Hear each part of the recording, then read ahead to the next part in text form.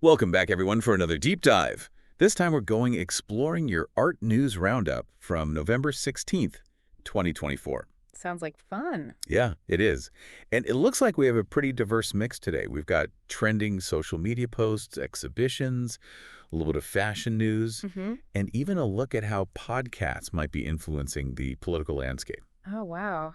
Yeah, it's really quite fascinating to see how the idea of art news is expanding to cover such a wide range of topics these days. I think it really shows how art and culture have become so intertwined with technology and current events. Absolutely. So should we jump right in? Yeah, it was. Okay, great. So one of the first things that really caught my eye in this roundup was this viral social media post about a hyper-realistic sculpture exhibition. Oh, I saw that Yeah, one. yeah. Yeah, it was pretty wild. I know. So people were sharing this photo online, and at first they thought it was a picture of a real person who was just super engrossed in, like, looking at a piece of art. But it turned out It was the sculpture. he was the sculpture. It was so lifelike. I know. It's really amazing to see how hyperrealistic art is evolving. It's not just about technical skill anymore. These artists are using this incredible technique to actually play with our perceptions of reality Right. and make us question what's real and what's not. Yeah, it's definitely thought-provoking. It makes you wonder, like, what is art? Exactly. And this exhibit you mentioned, Way 2024, Yeah. it seems like a perfect example of that. It is. It's just too bad the source didn't say where it's being held. I would love to see it in person. Me too. Oh. It would be fascinating to experience those sculptures firsthand and see how they really blur those lines. Totally. And speaking of blurring lines, there's actually a really cool connection here with another exhibition on our list today, the Nostalgia exhibit at the Tokyo Metropolitan Art Museum. Oh, yeah, that one sounds really interesting. It does. So they're showcasing landscapes, but get this. They're all from memory. Wow. Yeah, and it spans like a really long time period, too, from the Taisho era all the way to present day. That's a really cool concept. I love how they're using art to explore the theme of nostalgia. You know, with everything changing so fast in the world right now, I feel like there's this growing longing to connect with the past. I think you're right. And maybe by revisiting memories, like through these landscapes at the exhibition, we're trying to find a sense of grounding in a world that just feels constantly in flux. That's a really insightful way to put it. And I think you might be onto something there because, even in our own lives, don't we often find ourselves looking back and reminiscing about those Mhm. simpler times? And I think you're right. It does help us find meaning in the present moment. Yeah, totally. I mean, think about it. Nostalgia can be so powerful. It can evoke those warm feelings. It reminds us of where we've come from and who we are. Mm-hmm. So this exhibit, it's actually running until January 8th of next year in Ueno, Tokyo. Oh, nice. So if any of our listeners are in the area, I highly recommend checking it out. Absolutely. It sounds like a really powerful exhibition. Yeah, it does. And actually, while we're on the topic of exhibitions, I have to mention the Elizabeth Peyton one I saw recently at the Yua Temple in Kyoto. Have you ever been there? I haven't had the chance to visit that specific temple yet, but I've seen some photos and it looks stunning. Oh, it's amazing. It's beautiful. And her portraits, her work is so distinct. Like the style is really unique. I love Elizabeth Peyton. Her work is so delicate, almost dreamlike. It's interesting, her subjects are often celebrities and historical figures, but the way she captures them, there's this vulnerability that feels really intimate and personal. Yeah, exactly. It was really cool to see her contemporary portrait style juxtaposed against that traditional temple setting. Oh, I bet. I can imagine that created a really interesting tension. It did. It really did. It made me think about the passage of time and how art can bridge these different eras so effortlessly. Wow, what a thought-provoking experience. I'd love to see it myself. Well, you're in luck. I'm planning to re-upload my video about it soon. Yeah. But for now, let's shift gears a bit and talk about some exciting news in the fashion world. What did you think about the Makita and Park Seo-bo collaboration? Oh, that's such a cool pairing. Makita, they're that Berlin-based eyewear brand known for their really sleek, modern designs. And then you have Park Seo-bo, a renowned Korean artist who's considered a master of dansekwa. Yes. What can you tell us about Danzig? I'll be honest, I am not super familiar with it. So Dansukwa is a Korean monochrome painting style that emerged in the 1970s, and it's about so much more than just a single color on a canvas. Hmm. Dansukwa artists, they use these really repetitive gestures, like soaking the canvas with paint or scraping it across the surface, to create these incredibly textured and layered surfaces. It's really all about the process and the physicality of the paint itself. Wow, that's really interesting. So it's not just about the final image, but the journey of creating it. Exactly. And that emphasis on process and materiality aligns really well with Makita's design philosophy, which also emphasizes craftsmanship and innovative use of materials. It's so cool to see that style influencing fashion now. They're releasing a limited edition line of eyewear, only 330 pieces available, starting today, November 16th. I have a feeling those are going to be gone in a flash. Yeah, I bet they will. Hmm. It's a testament to the growing global appreciation for Korean art and aesthetics. And I think this collaboration also highlights how fashion is increasingly drawing inspiration from the art world. It's like those lines between what we wear and what we consider art are becoming beautifully blurred. That's a great point. It seems like art is finding its way into all these different aspects of our lives. It really is. It's exciting to see how art is transcending traditional boundaries and permeating our culture in such dynamic ways. Absolutely. And speaking of influences, did you see that article about podcasts potentially having a big impact on the recent presidential election? Oh, yeah, that one definitely caught my attention. Yeah, me too. So Charles Arthur, the author of The World According to Garf, he argues that podcasts really capture the attention of specifically young men in a way that traditional media just couldn't. Yeah, it makes you think. What was it about podcasts that made them so effective in reaching that demographic? Right. Was it the fact that you had presidential candidates actually going on shows like Call Her Daddy and the Joe Rogan Experience, reaching audiences they wouldn't normally have access to? That was definitely a factor. But I also think it was the format of podcasts themselves, the way they allow for these in-depth discussions about policies and issues. You get to hear these different perspectives and really dive deep into the topics in a way that you don't always get with those soundbite-driven news segments on TV. I think you're right. And there's also this feeling of intimacy and authenticity that you get with podcasts. Oh, absolutely. It feels like you're part of a conversation. Yeah, like you're sitting in a room with the host and the guest, just listening in.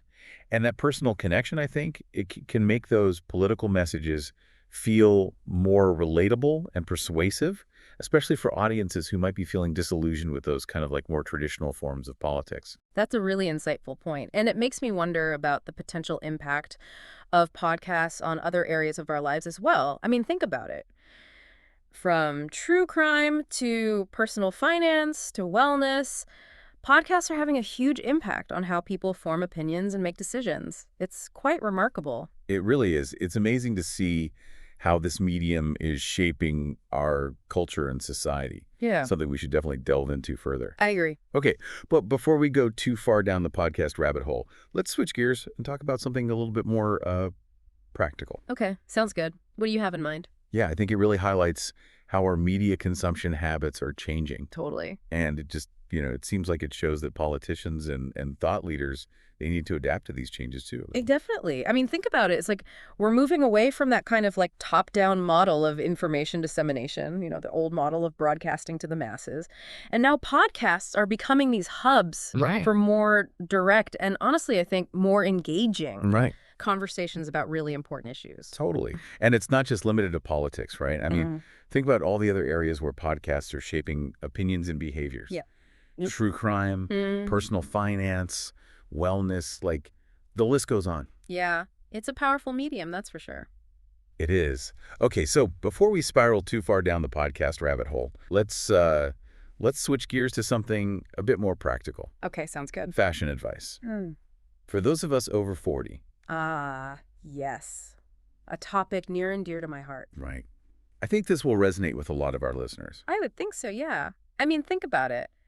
As our lifestyles and priorities evolve, it's only natural that figuring out how to navigate the world of fashion, well, it can become a whole new challenge. It really can. And it's not just about staying stylish. Yeah. I mean, at this point in our lives, it's also about finding clothes that, Fit well. they fit well, yeah, but also that they're made to last. And of course, that don't break the bank. I mean, who has time for that? Nobody. Especially when you're trying to balance like a million other things. Exactly. So this article you shared, it's from Lou, and it ranks popular fast fashion brands. And guess what? Uniqlo came out on top. Really? Color me surprised. I know, right? So predictable. But I get it. I really do. I mean, Uniqlo has this knack for like blending quality and affordability. Mm. And they're not just like chasing trends, you know. They're really focused on creating these timeless pieces that can be worn for years. Yeah. And I think that really resonates with people, particularly as we get a little older and move away from that whole kind of like disposable nature of fast fashion. Yeah.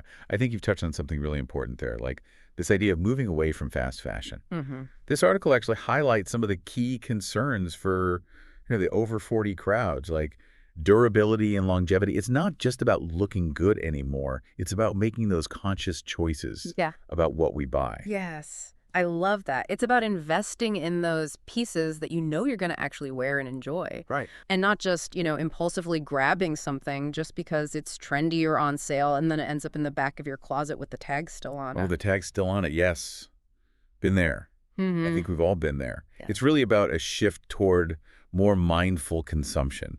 Yeah. And I can definitely relate to that. I mean, I've definitely fallen into that fast fashion trap before, thinking I need to keep up with every trend.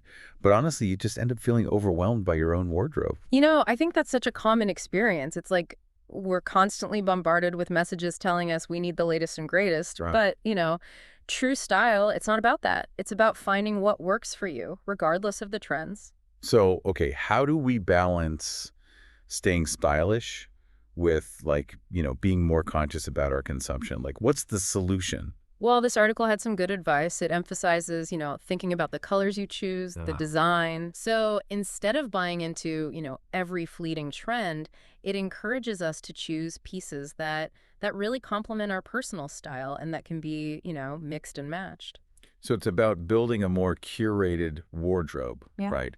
Focusing on quality over quantity. Exactly. And don't forget about taking care of the clothes you already have. Oh, that's a good point. Proper care and repair can really extend the lifespan of your garments significantly. That's a great reminder.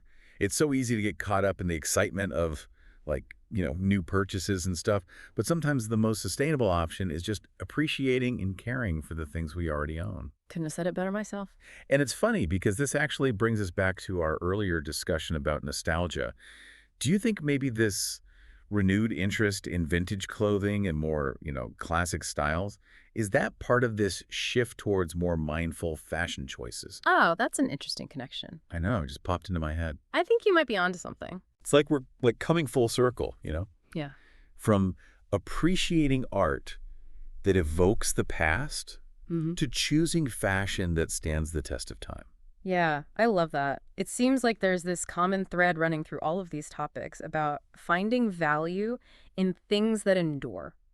Whether it's a timeless piece of art or a well-made garment that you can wear for years to come. And that's something that resonates with everyone, not just those of us over 40. Yeah. It's about realizing that true style, and I think true appreciation for art. It goes beyond those fleeting trends. It's about finding what truly speaks to you. Yes. It's about making choices that reflect your values and honestly contribute to a more sustainable future for all of us. Yeah, it's like we're redefining what it means to be stylish, and just generally more engaged with the world around us. I don't know, as we've been talking, it's like I'm noticing all these interesting connections between the different art news stories you've shared. Oh, that's cool. What kind of connections are you seeing? Well, for one, we talked about hyperrealism, right? Yeah. And how it kind of plays with our perceptions of what's real and what's not. Right. And then there's Dansequa, which, from what you explained, is all about the process of creation and like the physicality of the paint itself. And I don't know, it just seems like both of those styles, they're kind of challenging those more traditional ideas about what art should be. I think you're right. They both kind of invite us to look closer, Yes. like to really engage with the details and to think about, what was the artist's intention? What was their process? It becomes about more than just the finished product. It's about that whole journey of creation. Exactly. And you know what? That actually ties in with what we were just saying about mindful fashion, too. Oh, interesting. How so? Well, it's not just about buying the latest trends, right? Yeah. It's more about appreciating the craftsmanship, the materials, and like the story behind each garment. It's funny you should say that because I think there's this growing awareness that everything we consume has a story. whether it's a piece of art, a piece of clothing, or even, like you said before, the information we get from podcasts. It's true. Mm. And because of that awareness, I think it's leading us to be more discerning about the things we choose to bring into our lives, you know? Like being more conscious consumers. Yeah. Like we're asking questions. We're seeking out authenticity. Right. We're starting to value quality over quantity. I love that. It's like a shift towards a more conscious and considered way of, I don't know, like engaging with the world. And it's exciting to see this shift happening not just in art, but in fashion and in media too. Yeah, it really is exciting. It feels like we're at this turning point, you know, where people are kind of redefining what truly matters to them. And I think that's a beautiful thing. It is. It is.